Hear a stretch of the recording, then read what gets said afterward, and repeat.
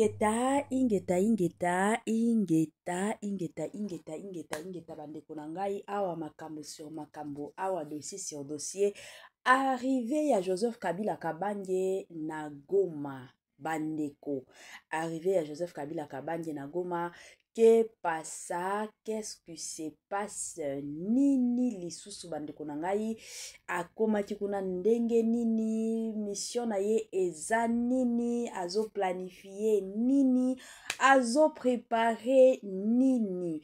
Grande ma joie de vous retrouver encore cet après-midi surtout sur notre chaîne Étoiline Inès TV.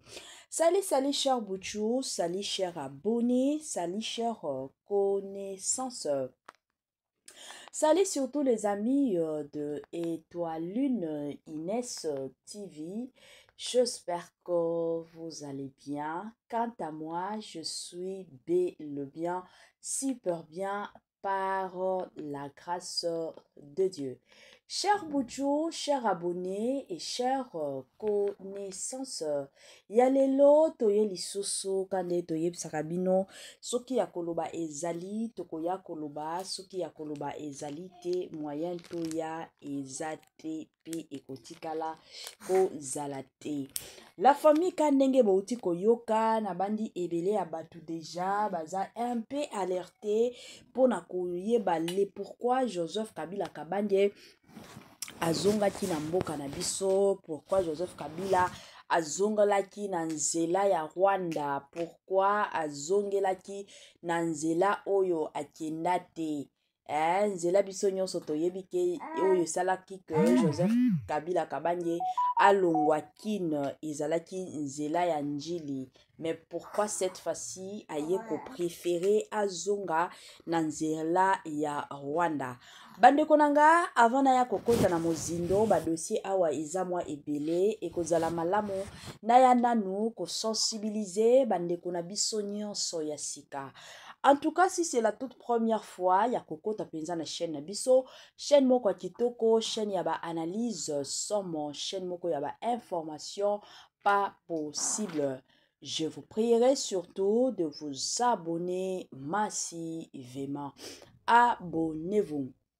Cliquez aussi sur la cloche des notifications pour surtout recevoir les nouveautés de notre chaîne. Aimez la vidéo, la famille, commentez et partagez. Et kosala biso oyo penza tolobaka na biso chaque jour, chaque minute et pourquoi pas chaque seconde. Tokos makasi. Bambote nanga na yemoko linda bukulu ya balinda. Bambote na Madame Gracia Mpoyi. Na pesi bambote na mama Lisi mpitu ya balisi. Bambote nanga na mama chérie. Mama d'amour, mama Eugénie Zemanga. Na pesi bambote na la parisienne Madame Julie. Année ya sika, solo ya sika, agrandissement des troisième jambes. Kimobali salakate, pe ezamu kie. Mama azo sepelate na mbetu. Na gavke, lamuki, feti zongi. Ba mama na ba problème ya mabota. Myom, fibrome, trompe, kiss, règle abondante, ménopause, attaque, commune à 65 ans. Maman, okobota mwana, yoka bien. Dépression, maladie mentale, autisme, ata mwana alobakate. Mokulu makasi, tope alalakate. Tozali na solution, na gavke. Bona loposo, totikali simate. Vergete, babengi nduta, bouton, tache, 5 jours ya bamba. Hoteli lokola lilala, teint uniforme. Tozali na gamme complète, ya Coca-Cola, ya injection, ya comprimé, ya suppositoire. Esengo ezali, mama, olingi ovimbisa dolo pesima. Sans opération, benga biso na lombango. Papa, mama, yo oyo otungisa mami na maladie ya hémorroïde interne, topé externe. Yoka, na 2 jours ya bamba, omoni changement ya solo. Ebongo, na bokono ya diabète, AVC, tension, topé obésité, Gavker, Golo solution, perte de poids, naturellement, au coco ta salle de sport, Théo, na kisi ya comprimé, P injection, na Gavker, au zongi mobimba. Ba produit na biso ezali 100% naturel et salemi na ba plan na ba industrie ya Allemagne pe Angleterre. Na Gavker, oko sepela. la santé n'a pas de prix. Quand la santé n'a pas de prix. Bande konangai. Soki ozomi yo kananzo tonayo oza bien te et kozala malamu benga gafker na lombango aya kosunga yo. Gafker azawana asunga bande konyoso o bazana problème ya oyo etali makambo ya santé. Soki ozwaki numéro ya gafker te numéro na biso yango wana affiché benga ata numéro oyo eza affiché. Toko bino en contact direct bande konanga na gafker s'il vous plaît. Tango bokomaka na ba commentaire na tiela kabino numéro mais bobenga kate. Zwaka numéro oyo eza na ba bande de crâne na bino okomeli ngai na kotia yo en contact direct na gafker eza bongo. Ba joyeux anniversaire na bande kona biso nyonso o ba o célébrer anniversaire na bango lelo le 19 avril. Mama Étoile Nines TV yepe azo célébrer anniversaire na ye. En tout cas na ye ko se souhaiter penga moko joyeux anniversaire à Mama Étoile Nines TV. Ezalaka bongo nzamba lola apambola nga nzamba lola abomba nga nzamba lola apesa nga toujours et encore mayele ya ko continuer nango musala nanga o na salaka toujours chaque jour na ndenge moko ya tokos ba o nyonso ba o célébrer elongo moko nanga lelo le 19. En tout cas to célébrer to komisa nzambe to tombola nzambe de l'autre côté to bossa na pete kolia komela na système moko ya tokos. Basenseur condoléances na bande kona biso nyonso oyo mukolo lelo bazana matanga. Papa kufaki, mama kufi, tata mwasi noko yaya na ebite nani oya kufi kande na lubaka matanga tango yaka eyebisaka mutu te ke non lelo nazo ya lobi kuna na kokende te matanga yaka na cadre nango na système nango yango bande konanga Étoile Nines TV na équipe mobimba na ye penza ko présenter ba sincère condoléances na ba famille nyonso oyo eza vraiment na matanga. Voilà bande konanga tozonga na mozindo na biso tozonga na makambo na biso ya Joseph Kabila Kabange ebele ya bato babengaka ye toujours et encore China Rambo bakabiliste. Est-ce que bozali soki bozali moi ba commentaire ekosala toujours malamu. La famille awa nasalaka émission nazalaka mutu te ke non naza mutu ya kingandi naza mutu ya kingandi awa eza ba information s'il vous plaît. Boye langa te ke non yo wana komi kokote la Joseph Kabila Kabange yo wana komi kokote la Tshisekedi na boyi nga naza awa na osala analyse nanga na osala musala nanga c'est fini. Boye langa ba commentaire awa te ke non naza rwandaise naza nani nazalaka rwandaise te naza congolaise. Voilà makambo Joseph Kabila Kabange biso nyonso tomonaki 2 semaines passées déjà. Ba porte-parole ya Joseph Kabila Kabange parti politique ya Joseph Kabila Kabange PPRD etelemaki déjà pona ko annoncer retour ya Joseph Kabila Kabange. Tomonaki awa mbutu ya makasi la plupart de gens déjà babanaye koloba est-ce que Joseph Kabila Kabange azana makasi ya kokota na Congo? Est-ce que akokoka kokota akokotela wapi? Et d'ailleurs il y avait même des vidéos na émission na nga moko na salaka ya makambo pa politique. Il y avait de ces Congolais au balobaki tozo zelaye na aéroport ya Njili akobetama. Ba Congolais balobaki bongo. La plupart des gens déjà s'attendaient à ce que Joseph Kabila Kabange akosala entrée na ye ya Congo na aéroport ya Njili. Mais malheureusement Joseph Kabila Kabange akoteli Njili te. Asalaki entrée na ye na nzela ya Rwanda. Donc abandaki na Rwanda. Na Rwanda kuna bakendaki kokutana na Kagame. Basololaki nini? Ngana yo toyebi te. Wana ezalaki a huis clos entre bango mibale. Bango nde bayebi makambo o basololaki. Tango basilisi na Rwanda nde directement na nzela ya Rwanda aye kosala entrée na ye na Goma. Na Goma wana ebele ya batu toyebi déjà que Corneille Nangaa Goma wana ekoma siège ya Corneille Nangaa. Corneille Nangaa aza kuna na ba M23 baza na bango kuna. Joseph Kabila Kabange pe a salle descente na ye kuna. Selo ba proche pire ya Joseph Kabila Kabange na selo ba information ba pesi biso balobi Joseph Kabila Kabange azongi te ke non pona koya kosala mata kita pona koya kosala ekendaki ezongaki ye aye justement comme intermédiaire oyo alingi aya kotia kimia entre le M23 na parti ya Corneille Nanga na le Congolais. Yango selon ba explication ba pesi biso yango objectif ya Joseph Kabila Kabange. Toyoki yango na munoko na yete, mais toyoki yango epa ya proche na ye. Les places toyokeli makambo wana ke aye kotia na ye kimia. À part ça la famille, pour votre information, na minito to loba depuis lobby. Quand ndenge lobby wana Joseph Kabila Kabange asalaki entraîné na Goma, le même lobby wana Félix Antoine Tshisekedi notre président asalaki pe descente na Katanga. Azalaki na Lubumbashi, akomaki na Kolwezi ka journée à lobby. Bayambaki ye makamion sope et les kaki bien. Mitu nezali son excellence Félix Antoine Tshisekedi akendaki kosala nini na Katanga wana penza eza mituna. Bato ebele bazo mituna wana.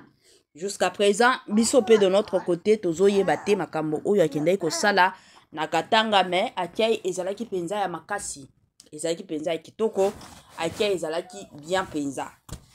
Ba Congolais bakomi komituna kokita ya son excellence Félix Antoine Tshisekedi na Lubumbashi eza panique ya présence ya Joseph Kabila Kabange na Goma to eza ndenge nini.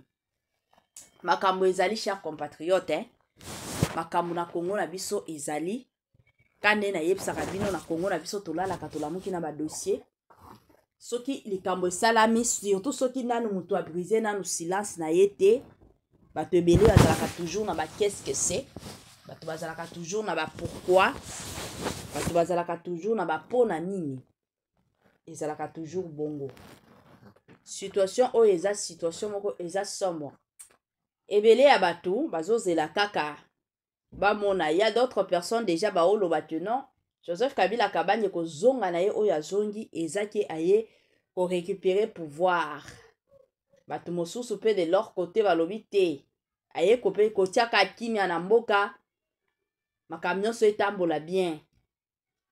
Makambo ezali bandeko nanga sans plus tarder nazotiela bino mwa video oyo ka mwa ba explication bandeko na biso mosusu o ba oloba sur makambo kaka ndenge ezotambola.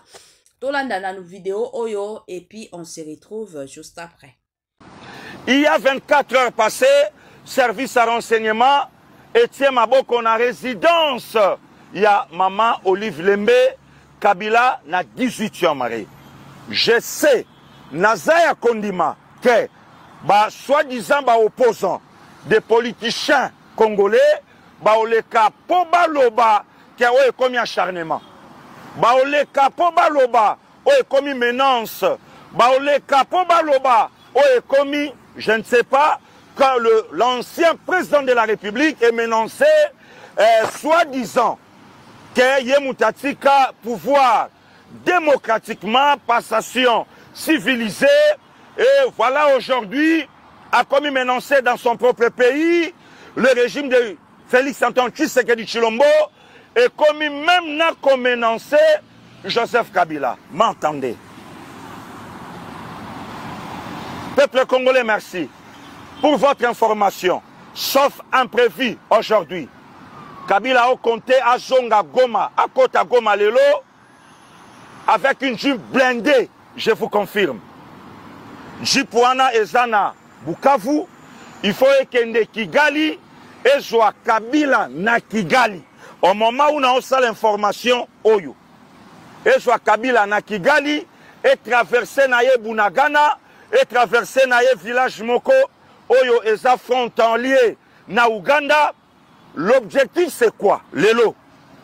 Lorsque la crise de Salima Kassi na Goma, j'aurais appris que 10 $ c'est 35 000 francs. 1 $ c'est dans les 3500. Bato baloba inabiso soi-disant, bangonde ba libérateur, ya Congo démocratique, Tshisekedi azonyokola peuple azokufa na nzala, nanga ifwaya. Or nanga c'est Kabila, Kabila c'est le Rwanda. Comme ça ne marche pas, na Goma, programme ba nango lelo, Kabila fa kota lelo, akoya objectif ezanini, baya ba fongola eloko moko ya douane. Je cite, ya douane pour permettre mbongo etambola. Mais Kabila koya tendenge peut-être tamususo ya salela i programme. Na kati ya jeep blindé akobomba na kati wana na signalé déjà bateau batala kamambi à sécurité. Mais qu'est-ce qui se passe ici à Kinshasa? Bravo, nabina yo lelo batufo ba mela ba champagne. Netinga pasteur Gili champagne. Donc kolongwa awa na obunga na kende na mela na landela na yeba. Kabila sala kingakati asomba yango epa ya banani. Oh, Congolais nyonso, Kinois nyonso, na partie est ya Kinshasa, na lobi bien, na partie ya RD, na partie est ya RD Congo te, na partie est ya Kinshasa, il y avait des villages. Il y a Bateke, Bamboka mike, et Zalakuna. Selon ba source, Kabila Bengana ba famille wana. Moyennant $50 bolongwa. Bamboka wana. Moyennant $100 bolongwa. Moyennant $200 bolongwa. Moyennant $200 bolongwa. Kabila Salaya. Et peuple congolais, le pasteur Guilia Otunabino. Pourquoi partir est ya Kinshasa? Et ça menacé na Bamobondo, mais pourquoi Kingakat et ça menacé te? La question que je vous pose. Hein? Insécurité Kwango, Maïndombe, Bambakana, Bakote Kuna, mais pourquoi Kingakati et ça menacé te? Or l'instigateur, il y a tout ce qui se passe. Na partie est et à Kinshasa, c'est Joseph Kabila. Pasteur Guili, fait attention, vous avez des preuves. Mais Jean-Pierre Bemba Outolo Bango, Jean-Pierre Bemba Gombo, Aouti Kolobango, Moutoya Zalaka, vice-président de la République. Namakambo Etali Finance à RD Congo. Alobiango. Petango Lobango Azakuna, Abi, je sais de quoi je parle. Donc, c'est-à-dire, Nayebi Makambo Yonga Naoloba. Peuple congolais, merci. Bo Landanga, vraiment, Nabokebi. Kingakati perquisitionné, c'est le souhait de tous les Congolais. C'est le souhait de tous les Congolais. Peuple congolais, Botuna Kabiliste Nyonso. Nani ayebi ndaku ya Kabila na Kingakati, place Kabila bima na porta ndaku na ye. Botuna. Pe baolandanga. Demandez à tous les caciques, il y a pas perdu. Nani ayebi porte ya ndaku, oyo Kabila bimaka. Ashta yebi porte kikuku, ngana bimelaka. Ngana yebi porte ya kikuku, ndeko Mitterrand ya bimelaka. Na yebi porte ya kikuku ya mama Pascaline. Na yebi porte ya kikuku ya Joseph Mbenza. Ya HD na yebi yango. Hein? Posez maintenant la question. Na mutu moko ya PPRD ayebi sayoke na sina kenda to vanda na salon. Ya Kabila, Mama Olive Abimi na chambre, couloir ezaboye na ko expliquer tout na bango. Bango nyonso na Kabila bayaka okutana na hangar. Bino boye, bouti bisika bouti, babandi ko fouiller bino place ba fouiller bango et Kabila pas outi place. Il semblerait que no Kabila kitaka wana na hélico. Masana Kingakati. Peuple congolais, merci. Imbondero, merci beaucoup. Tous la contribution. Yamer Toyo, tous lango. Il paraît que Kabila, po aya, batu ya PPRD baya, bakuta na kananga. Mais aucun membre ya PPRD ayebi esika Kabila Joseph autaka. Peuple congolais, merci le Oboza a décidé. Kingakati perquisitionné. Est-ce qu'elle est là? Et quand ça la tête va retomber, il y a donné au Ebimi na 18e rue, na résidence ya Mama Olive. HD. Avant na fongwa mana makamboyo. Chela biso vidéo. Yandeko ya mobali a parlé pour na Mama Olive. Makamboyo Mama Olive a kenda yuko sala na Bukavu. Au moment que Rwanda est parti au Yaye. Mais Mama Olive est allé. Pour faire quoi? HD, tokende bongo tosonga. Mama Olive a dit que la M23 bangombe na Bukavu. Kongo mokele ngantaki mwana veya congolais. Bengana nge pano mena Congo te. To mama di mama a dit que la M23 bangombe bakoti nzela ya Rwanda. Aya ko tikela bango mama. Mama qui pamvita wa sela nzambe yo lekiete.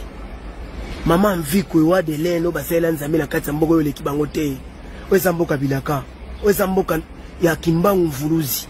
Weza mboka Thomas Alexander Dinabala. Weza mboka kuku pembeza mboka ba grand maître. Yo tellement za likito za makili ba congolais na maboko. Nzamba bimisi bio na mpwasa. Donc Mama Olive Lemba za na Bukavu siko ba Kongomani. Bangombe nyonso babokola kina kingakati. O musola kisai bio na ba Kongo. Nyonso eke akepesa ba M23 balia ba koma makasi ba kutake biso ba violer ba boma. Tala niveau place bozalaki. Donc Mama Olive na Kagame na Kabila baza libota moko. Bokele.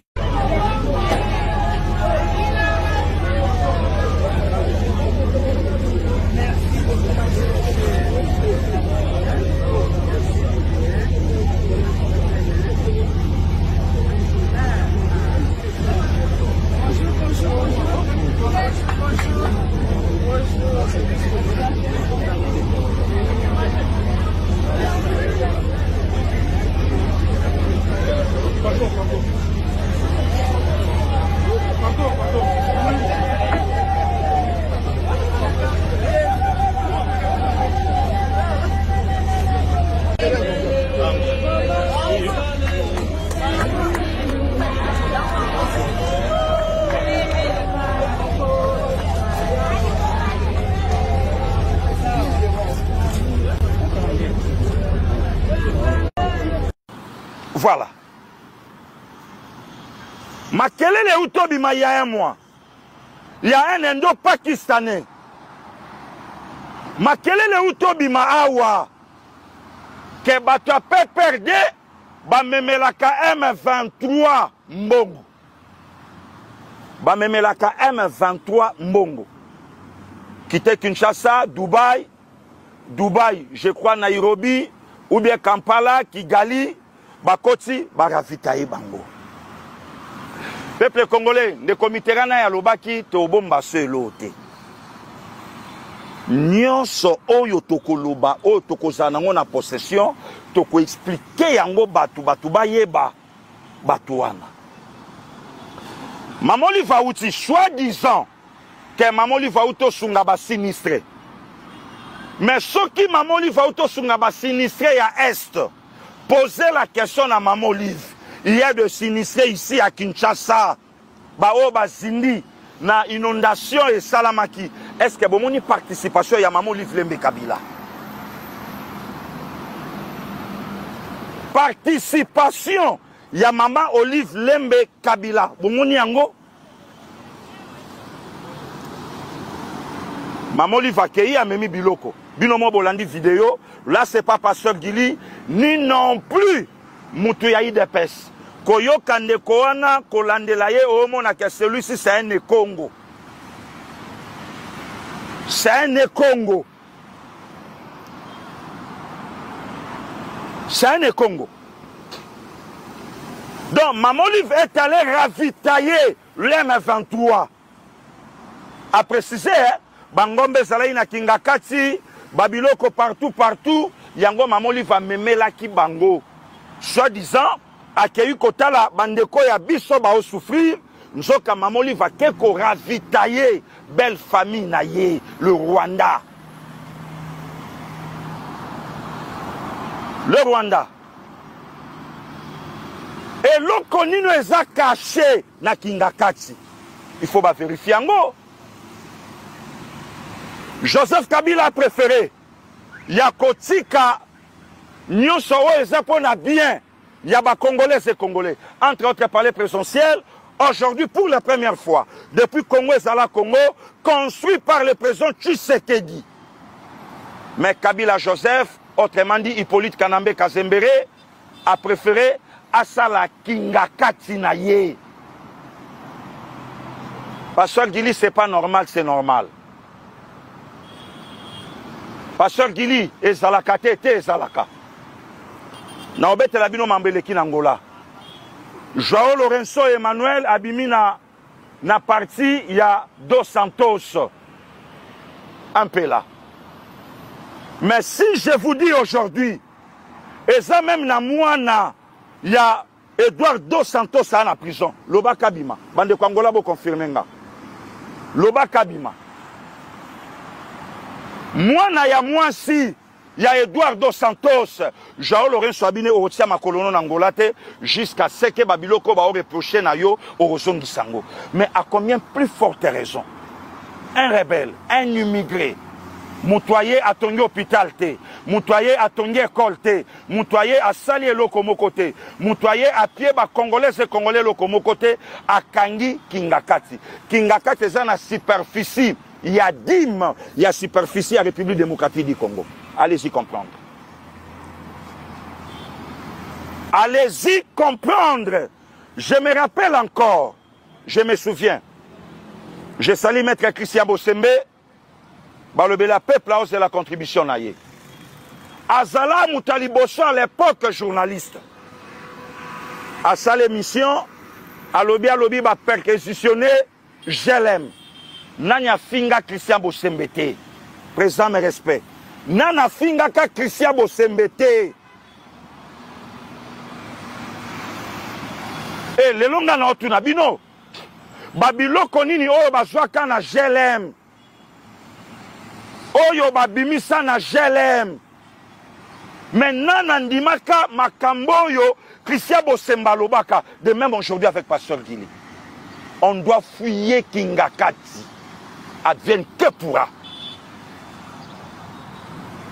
Monsieur le Président de la République, jusqu'à preuve du contraire, il y a des Congolais au lelo, baondi mayo, tant que comme on a babiloko, puisque bateau belé, basala jamais content na yo, modèle au bandé ko bercé prédécesseur na yo. La manière donc, au bandé ko bercé prédécesseur na yo. Ndengo bandai ko lenge la ye, ndengo bandai ko kajole ye, partout au kokende, aux opianda qui s'en aille. Or celui-là, c'est un mauvais. Lelo, Kabila Mibimisi, aujourd'hui Kabila considéré comme un rebelle. Aujourd'hui Kabila considéré comme un moutoyo aolinga, azobundisa la République démocratique du Congo. D'où il faut qu'on traite comme un rebelle.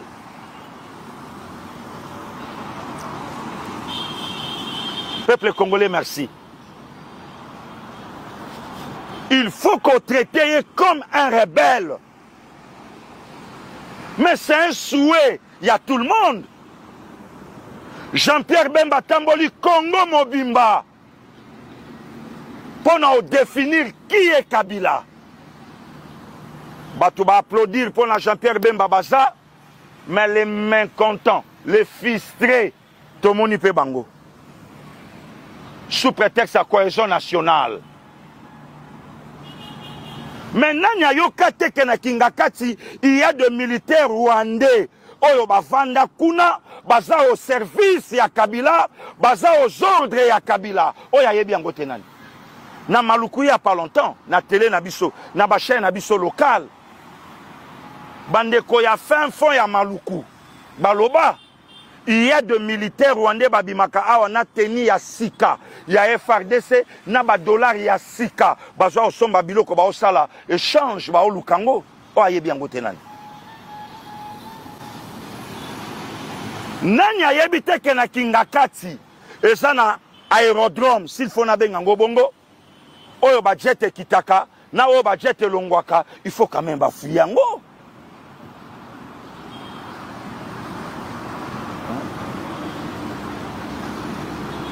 La perquisition, monsieur le président de la République, bravo. D'abord pour votre information, lelo na oyeb sabino. Boyebi bito yo Kabila na batuna ye, balingaka Tshisekedi akota na deuxième mandat te.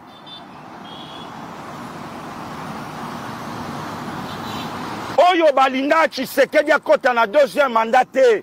Vous savez pourquoi? Bayeba que Tshisekedi a deuxième mandat, a osala plus fort, plus dur que le Tshisekedi a premier mandat. Vous voyez pourquoi? Puisque Tshisekedi a premier mandat, il fallait à contrôler ayeba gestion, ayeba armée, makamie le kakuna, ayeba la police, ayeba conflit abisso na Rwanda, ayeba qu'est-ce qui se passe entre le pays Bamboka et Entourakabiso, oyo totanga le pays limitrophe ya RD Congo. D'ailleurs lui-même le président de la République aloba yango na lukaki na tambola na yeba relation nini oyo biso tosanango na bamboka oyo ezingi biso. Abandi ebele ya batu touti kolanda, ebele ya batu touti koyoka bandeko nanga, makambo ka ndenge ezokende, makambo sur makambo kaka ndenge ezalaka. Bandeko nanga ezaka somo, ezaka pasipe mawa, ezaka ka o tobengaka mokili et encore mokili mawate, ba dossier sur dossier, ya somo sur a somo, makambo sur makambo, kolala kola mukana ba dossier, kolala kola mukana ya pasipe mawa, kolala kola mukana ba dossier bandeko nanga, en tout cas ezo sala pasi mingi na motema. Arrivé à Joseph Kabila Kabanye et Salim Mbutu, ba kabiliste de leur côté, ba sepeli non. Joseph Kabila de retour, tu ko récupérer pouvoir.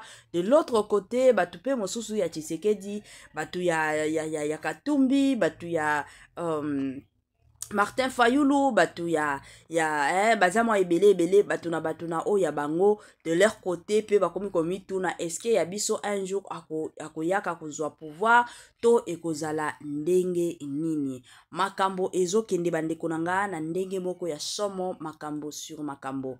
Eloko kaka mama Étoiline comme d'habitude ngana lingaka nanga kimia, na lingaka nanga makelele te, na lingaka penza place ya kimia makasi, ngana lingaka makambo ya makelele te keno emataki ekitaki ekendaki ezongaki, na lingaka ngote ata mokete.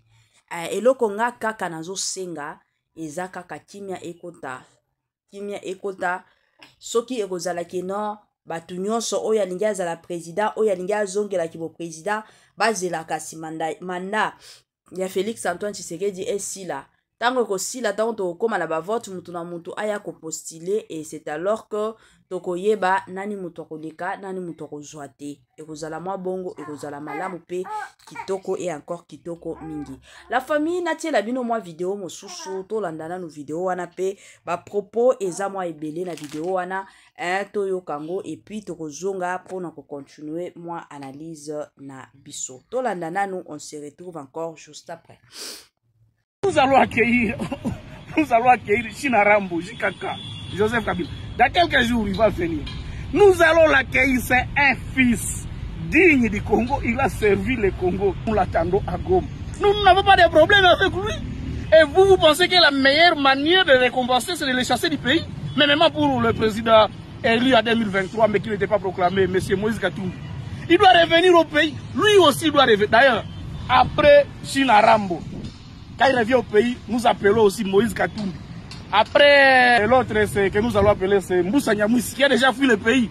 Il va aussi venir. Nous avons besoin de tous ces gens. Tous les exilés, vous avez vu Franck Biongo, comment il était venu. Voilà, tout le monde doit revenir. Nous sommes un peuple, nous sommes un pays. Donc, mais on vous a pris, le Félix là. Mais c'est grâce à Nanga et Joseph Kabila que Félix est devenu président. Bon, mais il est venu de la galère, il n'avait rien. Rien du tout. Je vis d'abord du salaire de mon épouse parce que... Il n'avait même pas un vélo. Moi, je vous dis, un vélo coûte à peu près $80. Il a été nommé président de la République. Il est devenu multimilliardaire grâce à Corneille Nangaa et Joseph Kabila. Mais comme récompense, il déboulonne le système, il les chasse tous. Et Moïse Katumbi qui avait pris cette famille en charge depuis la mort de Tshisekedi jusqu'à quand Félix est devenu président, c'est Moïse Katumbi qui payait tout. Tout pour la famille de Tshisekedi. Mais aujourd'hui, il est récompensé comment? Et vous continuez avec un pouvoir comme ça? Non. Moi, j'encourage Corneille. Je vais prier pour cette semaine. Cette semaine, la semaine 5. Je vais demander à Dieu de donner la force à Corneille Nangaa pour qu'il parte libéré partout. Kisangani, Butembo, Beni, Bujimaï, Lubumbashi, jusqu'à Kinshasa. Moi, je vais prier. Je vous dis, cette semaine, je vais prier. Et je sais que Dieu va exaucer ma prière. À partir de la semaine prochaine, vous allez voir des miracles. Il a abandonné sa famille à cause de cette lutte. C'est quelqu'un qui mérite les encouragements. Et moi, je l'appelle à continuer avec cette lutte. Nous n'avons plus besoin de ce régime des incompétents. On en a marre. Beba seko beba bandiko nanga makambo awe izoinda. Makambo ezoinda. Antuka na otia nanga komatia rebelete. Na boy keno mama etwali na lubaki na boy. Nanga koloba ezala te keno mama etwali nyango ye mutu abimisaki na boy. Touti koyoka awa biso nyonso. Bandiko nanga tokomi na mwa suka partage na biso na bandi ebila batu. Touti kolanda makambo ndenge ezokende China Rambo aza déjà na Congo. Donc bomi yebela de l'autre côté son excellence Félix Antoine Tshisekedi aza déjà na Lubumbashi. Makambo ezo tambola, makambo ezo kende se ko kende bandiko nanga. Permettez-moi surtout de vous dire bye et à la prochaine.